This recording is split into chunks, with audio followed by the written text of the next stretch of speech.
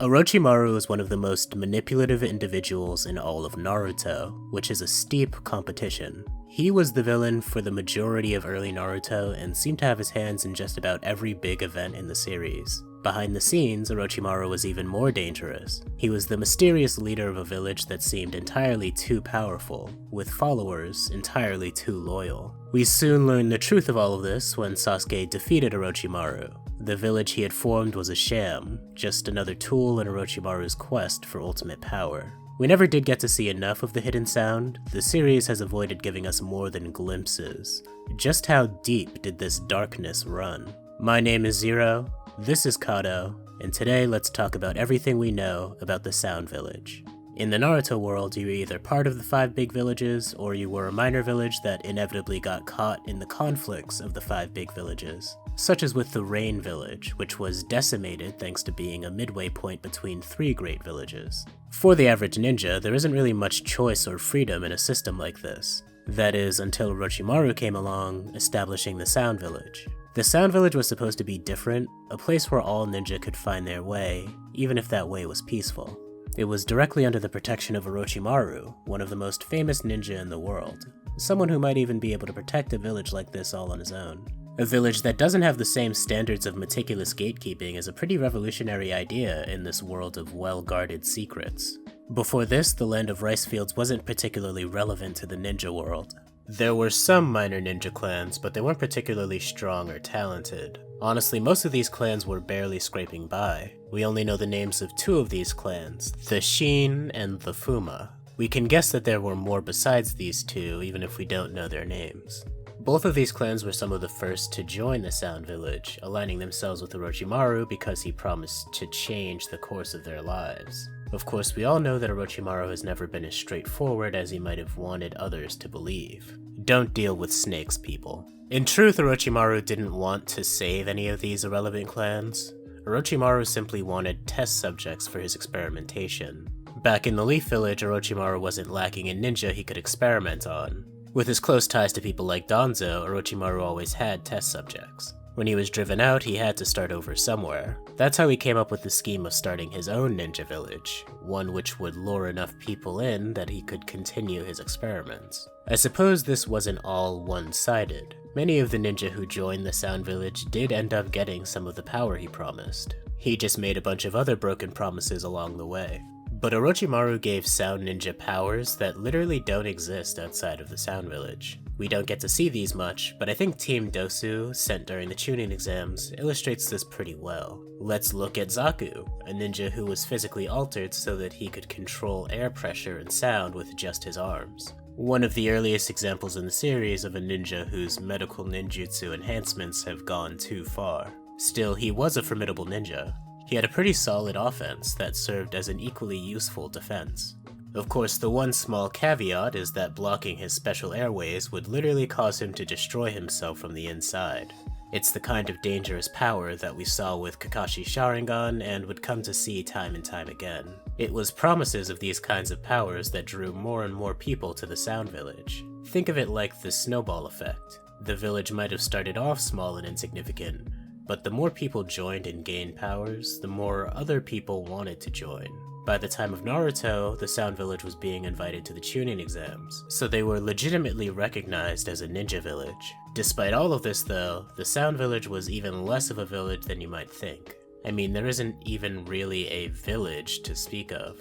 What the Sound Village actually is a series of secret hideouts and bases that Orochimaru has spread throughout the ninja world. I presume that all of these are hidden because just about any ninja village would destroy them if they ever came across them. The closest thing to a central headquarters the Sound Village has is the secret base Orochimaru ran off to after he got his hands sealed by Sarutobi. We don't get to see too much of this place outside of fillers, but it looks like a hidden underground labyrinth, presumably somewhere close to the Land of Fire.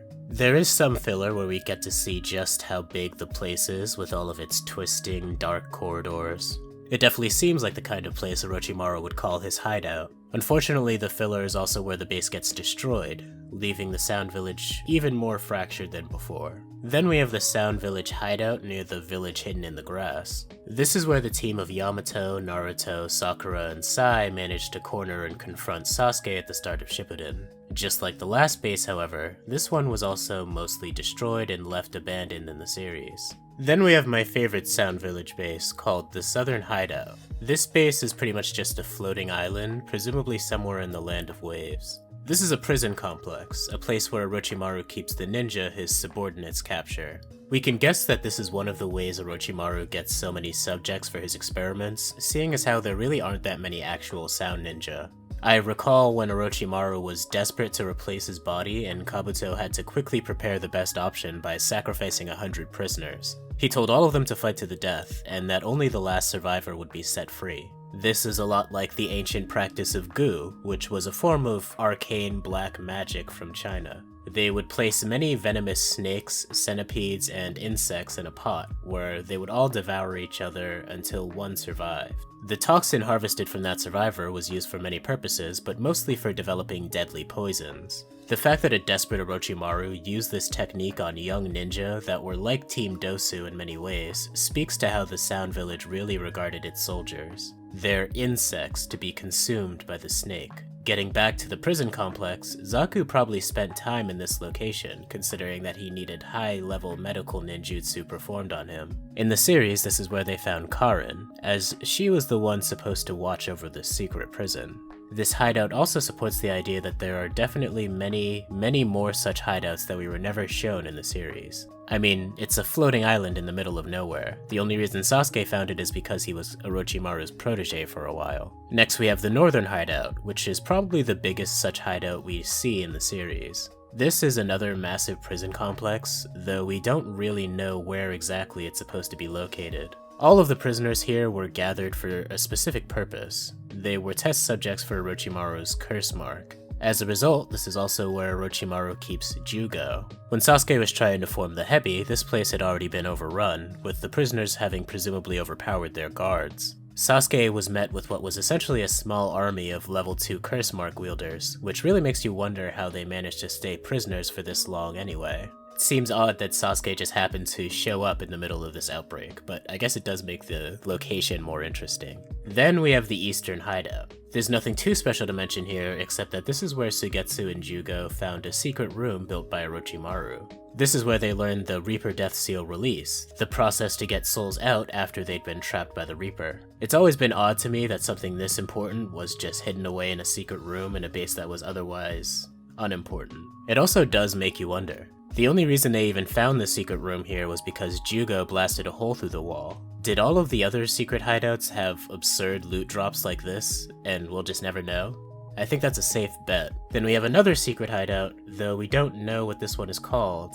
This is another hideout built on a floating island. Unlike all the others, which were really just prisons, this one is a full-fledged laboratory. It might not seem like it, but this is probably one of the most important locations in all of Naruto. At the center of this laboratory is a special blood extraction machine. This is what Kabuto used to infuse himself with Orochimaru's blood after his defeat, which is how he managed to gain the massive amount of power he did. We know about one more secret hideout, but this one was only in the filler. Hidden somewhere in the Land of Sea, this is another laboratory meant for human experimentation. This one was tailor-made for a specific purpose. One of Orochimaru's scientists had the plan to create ninja especially suited for fighting underwater. This was done by modifying their bodies, giving them fins, gills, that kind of thing. This lab was custom made to make that process easier, and indeed we see several people in giant test tubes and can only presume that's what's being done to them.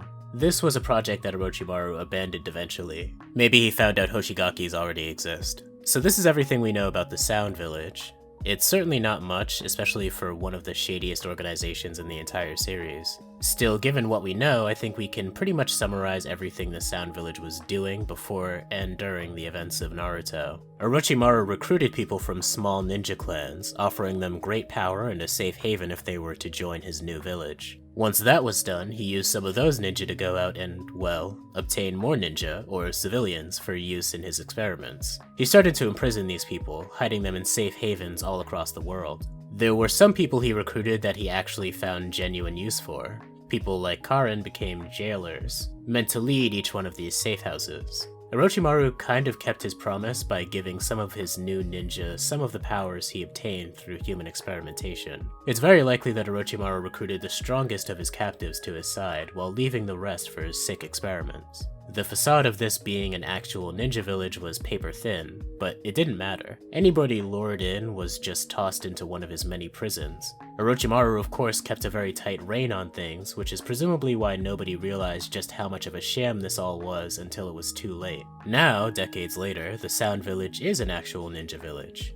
Orochimaru has, for the moment, decided to step back from his immoral experiments and allied himself with the Leaf Village. Despite its very shady and troubled origins, there's a chance that one day the Sound Village might actually live up to its name. As we've seen in the Konoha Crush and Sasuke retrieval arcs, the good of the egg is not always the good of the snake. But isn't it also true that a snake can shed its skin and grow? If you like this content, make sure to subscribe, share this video with someone who will like it, and turn on that notification bell. Before I go, I just want to give an extra special shout out to all of the lovely patrons over at patreon.com/KatoYT. We're super active in our patron Discord server, occasionally throwing some late night anime and movie watch parties. So if that's something you're interested in, pledge just a single $1 to get an invite. You can also follow us on Twitter at KatoBeyond. Links to everything will be in the description. Again, my name is Zero, this is Kato, and thank you all for listening to my dumb rants. Subscribe for more.